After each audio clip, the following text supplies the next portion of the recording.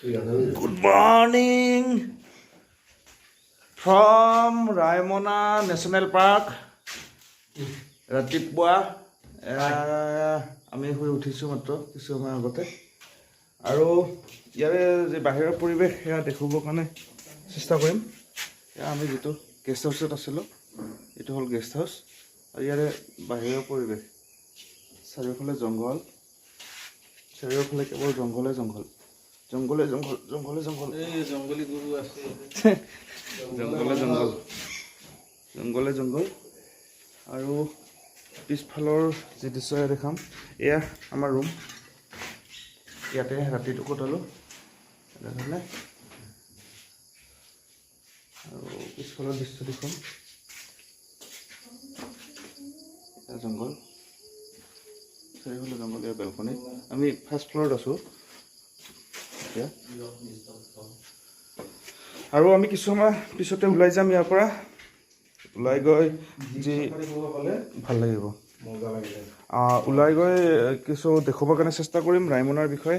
ৰাইমনাৰ যিহেতু ভূটানখন একেবাৰে ওচৰতে হয় আৰু যিটো বৰ্ডাৰ আছে ইয়াতে সেই বৰ্ডাৰলৈকে যাম। কিছুমান পিছত আপোনালোকে থাকিব, দেখুৱাম আপোনালোকক। আৰু ফিলহালতো এইটো আমাৰ ৰুম, এয়া আমি আৰু এয়া ৰাইমনা। নমস্কাৰ, গুড মৰ্ণিং। ৰাইমনা নেশ্যনেল পাৰ্কৰ পৰা আপোনালোকক সুপ্ৰভাত জনাইছোঁ।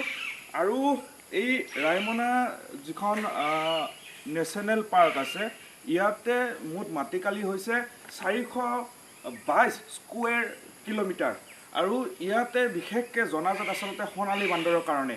আৰু আমি আচলতে য'ত আছোঁ এটা ৰাতি আমি থাকিলোঁ আৰু ৰাতি ইয়াতে যিটো পৰিৱেশ আচলতে সেয়া ভাষাৰে বুজাব নোৱাৰা এক পৰিৱেশ। ইয়াতে আমি দেখিবলৈ পাইছিলোঁ হৰিণ আহিছিলে, আচলতে এইটো কি ময়ূৰ ইয়াতেই থাকে, ভাটৌ চৰাই মাত নিশ্চয়কৈ মোৰ বেকগ্ৰাউণ্ডত আপোনালোকে শুনি আছে।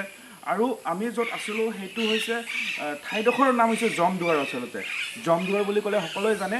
আৰু ৰাইমনা নেশ্যনেল পাৰ্কৰ একদম অন্তিমটো প্ৰান্তত য'ত ভূটান বৰ্ডাৰ আছে, এফালে যদি 300 মিটাৰমান যাওঁ আমি ৱেষ্ট বেংগল বৰ্ডাৰ আছে, অৰ্থাৎ ত্ৰিবেণী সংগম বুলিও ক'ব পাৰি এই ঠাইডোখৰ। আৰু আমি য'ত এতিয়া আমি নিশাটো কটাইছিলোঁ সেইটো হৈছে বড়োলেণ্ড টুৰিজিমৰ এটা গৃহ আছে ইয়াতে। খুব কম মানুহ আহে, আচলতে বেছি দিন হোৱা নাই এইখন ঘোষণা কৰিবৰ কাৰণে, আৰু বহুত মানুহে আচলতে নাজানে ইয়াতে আহি পেলাই যে থাকিব পাৰি। কিন্তু ভাল কথা এইটোৱে, ইয়াতে নেটৱৰ্ক নাপায়। সম্পূৰ্ণ যান্ত্ৰিকতাৰ পৰিৱেশ এৰি ইয়াতে আপোনালোকে যদি এটা ৰাতিও কটায় আপোনালোকৰ মাইণ্ড ফ্ৰেছ হৈ যাব।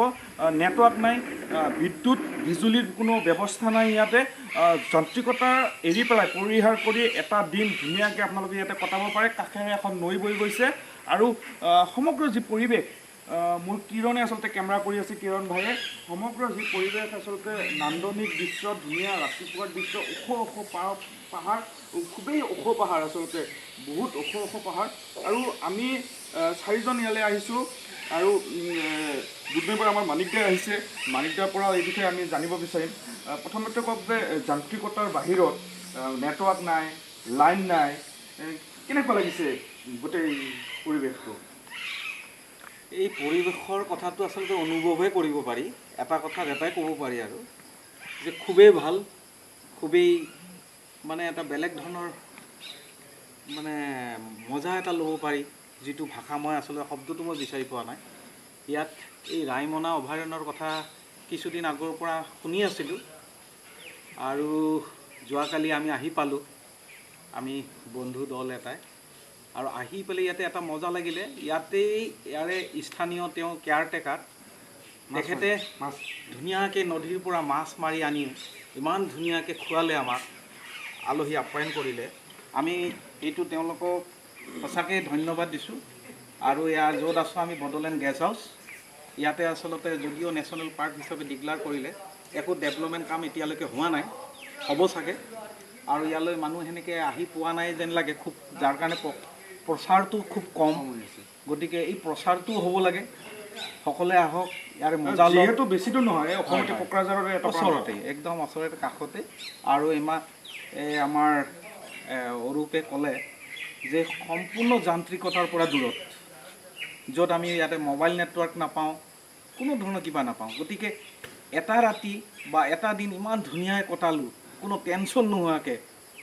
সেই কাষতে দেখিবলৈ পাইছোঁ খুব উচ্চ পাহাৰ, য'ত ভূটান, এয়া হিমালয়ৰে এটা ৰেঞ্জ, আৰু এনেকুৱা ধুনীয়া এটা পৰিৱেশ। সঁচাকৈ আহক, ৰাতি আমি ধুনীয়াকৈ হৰিণ দেখিলোঁ, আৰু এই ভাটৌ কিবা আছে, আমি য'ত আছিলোঁ ইয়াতে আহিছিলে হৰিণ না, আমি য'ত আছিলোঁ ইয়াতে আহিছে, আমি ক'তো যাব লগা নাই। কাৰণে। গতিকে এনেকুৱা ধৰণৰ পৰিৱেশ, আহোঁতে সোণালী বান্দৰো দেখিলোঁ, আৰু সেইটো আমাৰো সৌভাগ্য আমি যে সোণালী বান্দৰ দেখিলোঁ। আচলতে এইটো ঠাই সোণালী বান্দৰৰে বিখ্যাত বুলি আমি শুনিছিলোঁ, আৰু সেইটো আমাৰ দৰ্শনো কৰিলোঁ নিজে। গতিকে সেয়াই, আহক আপোনালোকে। আৰু আমাৰ হাতত থাকিব আপোনালোকে, আমি কিছু সময় পিছতে জমদুৱাৰ যিখিনি ঠাই আছে, একজেক্টলি যিখিনি ঠাই, যিটো বৰ্ডাৰ হয়, যিটো পিলাৰ আছে, ভাৰত আৰু ভূটানৰ যিটো পিলাৰ আছে, সেই পিলাৰলৈকে আমি এতিয়া ৰাওনা হ'ম। তালৈকে যাম, সকলোবোৰ আপোনালোকক দেখুৱাই থাকিম, ইনফৰ্মেশ্যন দিম, কেনেকৈ আহিব লাগে, কাৰ লগত যোগাযোগ কৰিব লাগে, সেই গাইডৰো আমি নাম্বাৰ আপোনালোকক দিম। আপোনালোকে যদি বিচাৰে ইয়াতে আহিবৰ কাৰণে তেখেতসকলে, তেতিয়াহ'লে তেখেতসকলৰ লগত যোগাযোগ কৰিব পাৰে। তেখেতসকলৰ লগত যোগাযোগ কৰিলে ধুনীয়াকৈ আমাৰ পৰিৱেশটো থাকিব, আহিব পাৰিব ইয়ালৈ। যদিও বা মোবাইলত নেটৱৰ্ক নাপায়, ইয়াতে আমাৰ ইমাৰ্জেঞ্চিৰ কাৰণে এখন আচলতে ভূটানৰ এখন চিম আছে, যদি ইমাৰ্জেঞ্চি ব্যৱহাৰ কৰিব পাৰে। সাধাৰণতে ব্যৱহাৰ কৰিব লগা নহয়, তেনেকুৱা ইমাৰ্জেঞ্চি কোনো ইয়াতে নাই, আৰু ভয় খোৱাৰ কোনো পৰিৱেশে নাই। ধুনীয়া এটা দিন, ধুনীয়া এটা পৰিৱেশ, আৰু নিজে নিজে বনাই মেলি আমি নিজে বনাই দি আছে। আৰু যদি আমি বিচাৰোঁ, আমিও বনাইছোঁ, মানিকদাও বনাইছে, আমি বনাইছোঁ, ধুনীয়াকৈ বনাই মেলি ধুনীয়া এটা পৰিৱেশ, আচলতে ভাষাৰে বুজাব নোৱাৰা এটা পৰিৱেশ। আৰু মোৰ সতীৰ্থক এই যিটো আমি হেৰি ঘৰ আছে, যিটো গেষ্ট হাউচ আছে, সেইটো দেখাবৰ কাৰণে অনুৰোধ জনাইছোঁ। ফাৰ্ষ্ট ফ্ল'ৰত আছোঁ আমি, যিহেতু ফাৰ্ষ্ট ফ্ল'ৰত এইকাৰণে বনোৱা হৈছে, এইটো জীৱ জন্তুৰ ভয় যিহেতু আছে, যিহেতু জংঘলীয়া হয়, যদিও আজিলৈকে এটেক কৰা নাই, তথাপিও ক'ব নোৱাৰি আচলতে। সেইটো কাৰণে ছেফ কৰিছে, যিসকল লোক ইয়ালৈ আহে, যিসকল পৰ্যটক ইয়ালৈ আহে, তেখেতসকলে যাতে সুন্দৰকৈ ধুনীয়াকৈ ৰাতিটো পাৰ কৰিব পাৰে ভয় নোহোৱাকৈ। সেইটো কাৰণে ওপৰত কেইবাটাও ৰুম কৰি দিয়া হৈছে। এতিয়া কোনো নাই, অকল আমিয়ে আছোঁ ইয়াতে। আৰু আপোনালোকে আহিব পাৰে, যোগাযোগ নাম্বাৰ ইতিমধ্যে আমি দিম, কেনেকৈ আহিব লাগে, কি কোনফালেৰে আহিব লাগে, কাৰ লগত যোগাযোগ কৰিব লাগে দিম। আমাৰ সৈতে থাকিব। ৰায়মনাৰ বিষয়ে নতুন নতুন কথা, আপোনালোকে নজনা কথা জনাবৰ কাৰণে আমি চেষ্টা কৰিম। থাকিব আমাৰ লগত।